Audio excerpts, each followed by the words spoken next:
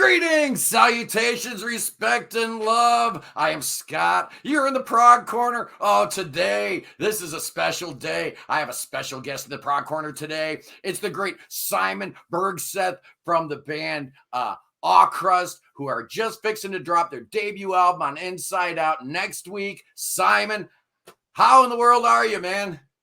I'm good, man. How are you? Good. So where's home? It's Oslo.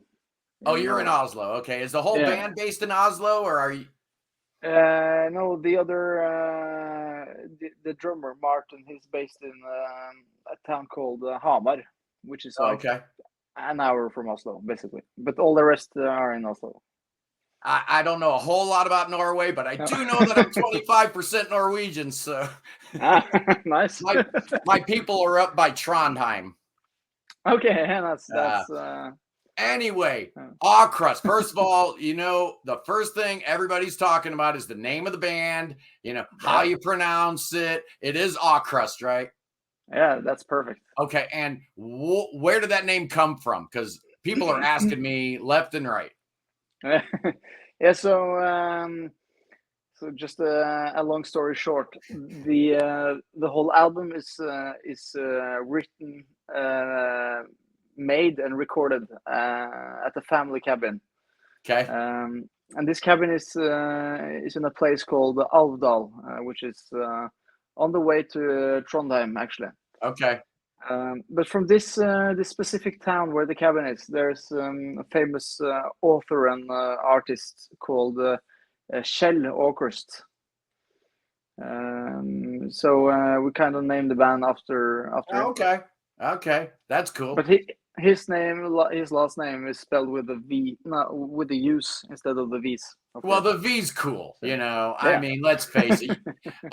It definitely makes you guys stand out a little bit. But first of all, how did the band start? I read that it was you and Martin that were the founding members of the band. How far back do you guys go, and how long did you know that you wanted to be in a band? Yeah, so actually, Martin's dad and my dad, they are best friends. And They have been forever, and they actually have their own progressive rock band. So Martin and I actually grew up. Every time they had rehearsals with a band, and they had kind of a lunch break or whatever, we got up on the loft and we played the instruments. Oh, that's awesome!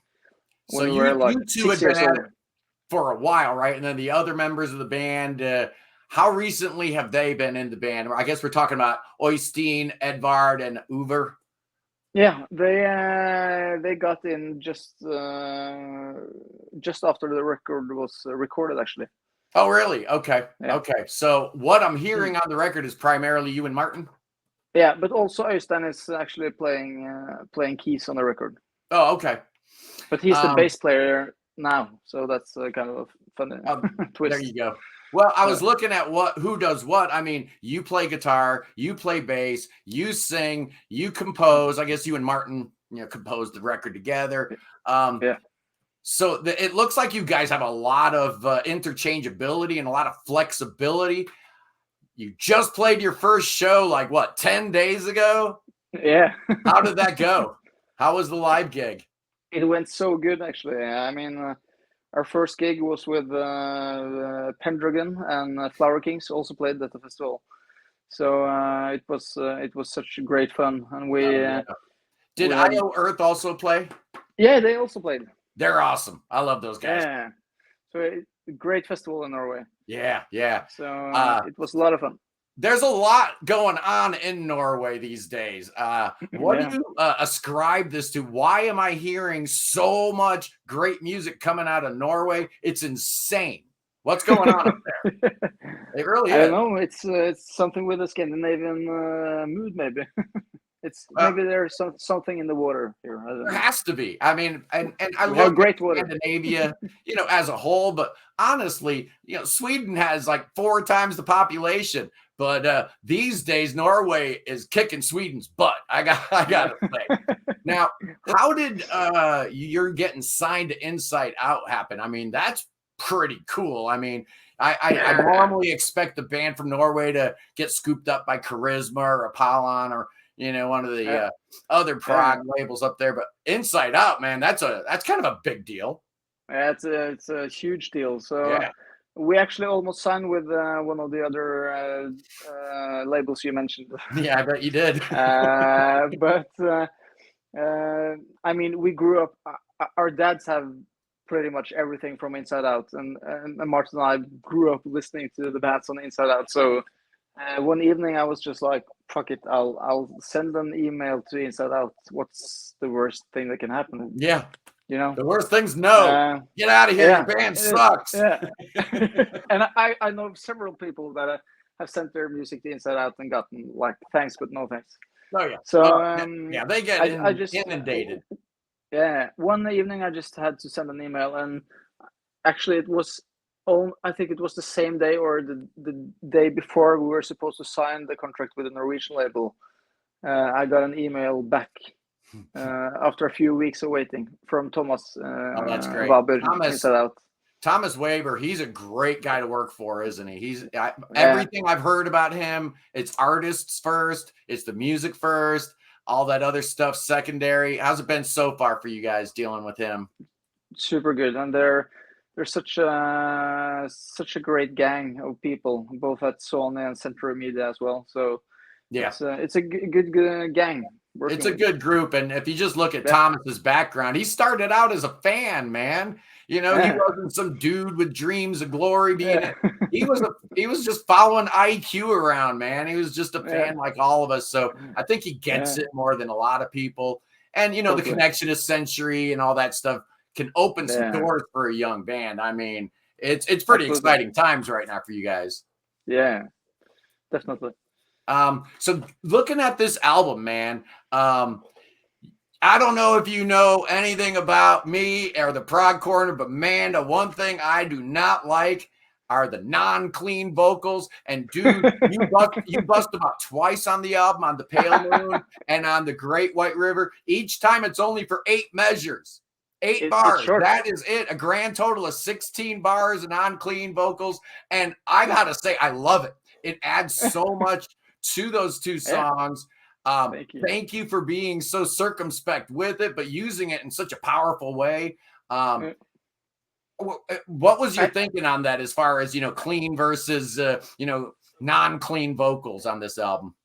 Yeah, I mean, Martin and I actually, this album could have ended up like, it could be a black metal album as as a pop record. So we didn't know what music we were supposed to make at all. And when we got started and it kind of gotten into the progressive genre, we actually somewhat agreed on not having any growls. Right. Even though I personally love it, but you like that stuff. How old are you, Simon? 29. Oh, jeez. Yeah, buddy. But we were supposed to have it on the record at all. But just those 2 parts from the Great White River and the Pale Moon, it just kind of needed it to get to the climax, really. Absolutely. And you just mentioned it, the climax of the songs. In both instances, it's right towards the end of the song. Both times it's only 8 measures, so it's like this perfect amount. Just awesome stuff, man. Really happy with the album. Thank you. I've been really digging Arcane Clouds. I think that song is absolutely amazing. But you have the 2 longer tracks that end the album, Anodyne and the title track. Were you trying to do something a little bit different? I mean, was it your intention to try to reinvent prog with this album? Because sometimes it does feel that way. Yeah, that's cool. I mean, as I said, we didn't try to make anything specific at all in regards to genre. So all of the songs are jammed out, written by Martin and myself at this cabin over 6 weekends in total. Now, did you record at that cabin too, or just like worked out the songs? All the guitars, bass, and vocals are recorded at the cabin, and we re-recorded the drums at the Better Studio after this weekend, and we also did some synth stuff in my studio as well in Oslo. That's a great sounding record. Everything is made in this cabin, and it just came so natural. And I mean, probably because of our childhood with our dads and stuff, just growing up with the prog, it kind of felt natural that it got somewhat progressive. Yeah, I mean, it does sound like a record that is just, it is what it is. And I'm just really curious about, some of the influences, because I've been reading a bunch about you guys and, some of the people that have influenced you. I heard Mew. I heard you guys talk about Opeth, Anecdotin, Porcupine Tree, King Crimson, all the big names. But the one that got me real excited when I first read the press clippings, when Inside Out first announced you guys got signed, they dropped the name Neil Morse. Yeah. Whoa. Oh my goodness, a band influenced by Anecdotin, Neil Morse, and Opeth. I gotta hear this. So what do you think are some of the influences that kind of made its way either consciously or subconsciously onto this album? I've probably all the bands you mentioned. Yeah. I mean, as I said, we grew up with all the Inside Out stuff and mostly prog stuff, everything, Jethro Tull, Yes, Russian, IQ for that sake, and all those bands. So, but I mean, I think Dream Theater was the first big influence for Martin and myself when we were 6 years old. So I hear it, but I appreciate the fact that this is no Dream Theater ripoff. No, not at all. It doesn't.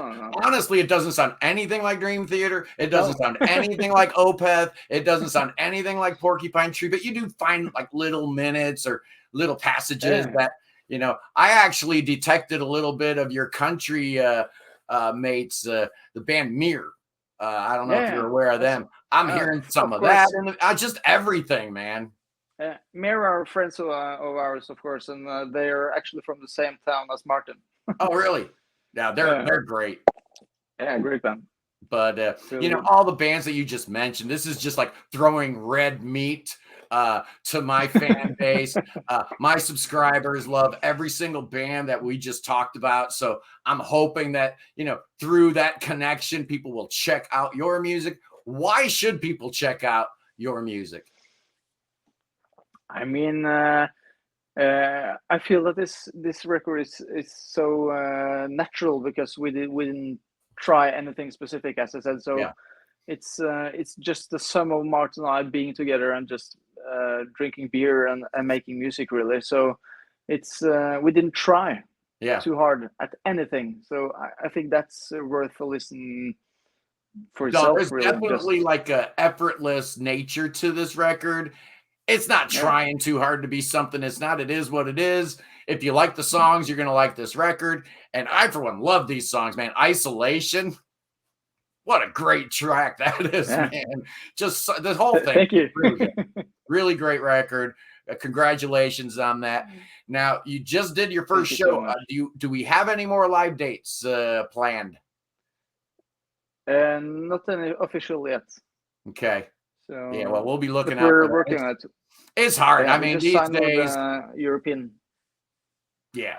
I wouldn't expect to see you on these shores anytime soon. It's just so hard to be in a prog band these days. It really is. But you grew up listening to all those great Inside Out artists. Who have you been listening to lately, though? I mean. My day job is actually a mixing engineer. So I have my own studio and I do mainly pop music for major labels in Scandinavia. You've been listening to a lot of pop. So I'm constantly listening to pop music for 8 hours a day. Really. Yeah. And so, I can hear some of that rubbing off. Some of the melodies on the Approbation are just gorgeous, man. You've got a fantastic voice. Thank you. I love how you sing, but even though you guys can be real heavy and whatnot, the melodic sections of your songs just incredible. The musicianship's great. The production's good. I'm telling you, man, there's something going on here with Awe Crust. Are you guys starting to write for a second album already, or am I putting the cart in front of the horse a little bit there? Oh, we've already started. Nice. Yeah.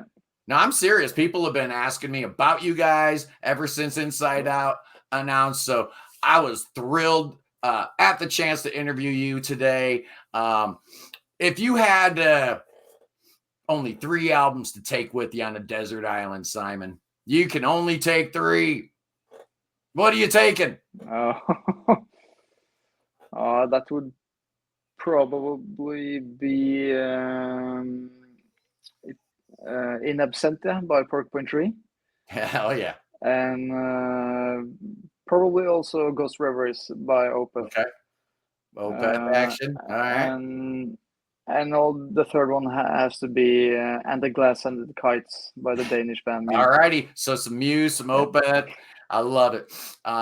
You're definitely talking a language that my subscribers speak. So I'm really excited for you guys. I'm excited for this album to drop. I think people are really going to respond well. What was the reaction like at the show the other day? Were people digging what you were doing? Because they probably hadn't heard anything but the single, right? Yeah, I think people were kind of blown away.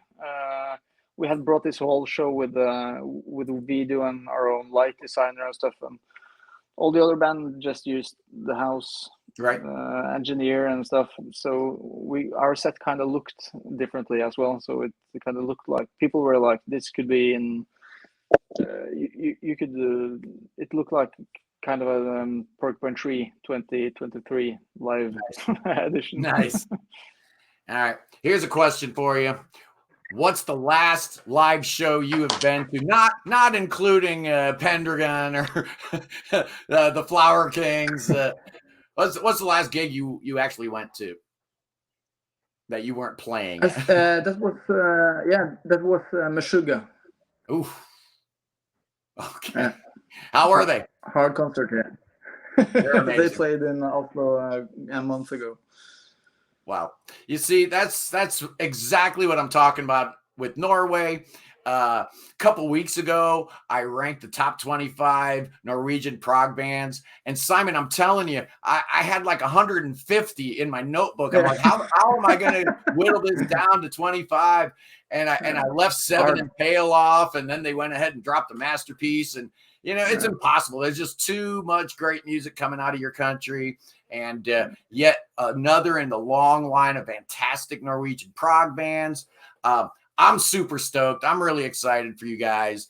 And I'm just wondering if there's anything else you want to tell my people about Awcrest, about you guys, about what the future holds. I think that our music could kind of speak to both like old proggers as well as kind of maybe the younger new generation of listeners. So I know a lot of like 70s progs people are afraid of new bands. So, yeah, we are. We're scared to death of listening to new music, man. Yeah. But we fight that urge, and I think you hit the nail right on the head with this new album, man. It's got enough for us old boomers, that just want to see dudes in sequined capes, playing 15-minute long keyboard solos, and the younger crowd that wants a little bit more energy, that needs a little more crunch, that wants a blast beat every now and then, or they want something just crazy. You're kind of splitting the difference here. I could see how both types of prog fans could really love your music, kind of the same way Porcupine Tree straddles the line at times, with the young crowd and the old crowd both digging what Steven Wilson's doing. I can kind of see a similar track for you guys. Yeah, I think that myself. So that's I just think people should give it a listen, and they should. They should. And the good part about being on the prog corner, Simon, is my people do what I tell them to do. If I tell them to listen to this album, they will. And I've got a real loyal following, so I'm really excited. To push this out to my people. They need to hear it. The album's called The Approbation. It comes out June 24th. on Inside Out. It's 7 16, tracks, actually only 6 because that first track's like 20 seconds long, so that one really doesn't count. It's 6 songs. It's got a 13-minute long epic. It's got a 10-minute long mini epic, and then the shorter tracks are just incredible. Yeah, this is an album that people definitely need to check out. I think it's going to do really, really well for you guys. Perfect. Thank you. I appreciate it. That's nice to hear. But like I said at the onset, you better start getting used to doing interviews because you're going to be doing a whole bunch of them here, I think, over the next few years. Congratulations. Thank you for the support, man. And good luck. I'm excited, and nothing but the best to you, Martin, the rest of your band. I'm really stoked. Thank you. All right, man. All right. Well, hey, anything else we want to cover before we go? I don't think so. I just let the music speak for itself. Yeah. I think that's the best thing to do. I am going to put a link in the description to the singles. How many singles have dropped so far, Simon? I know Arcane Clouds came out. Yeah, and the Pale Moon. Only those two. That's right. And the Pale Moon. So I'm going to put a link to those 2 videos in the description. Check it out. If you like what you're hearing, man, this Crest on orange vinyl looks so good too, man. There's no reason for you fools not to buy this thing. You don't even need to listen to the music videos. I'm telling you to do it. It's amazing. It's fantastic. Simon, wow. Thank you so much for joining us today. I think the future looks really, really bright for you guys. And again, congratulations. Great achievement. Thank you.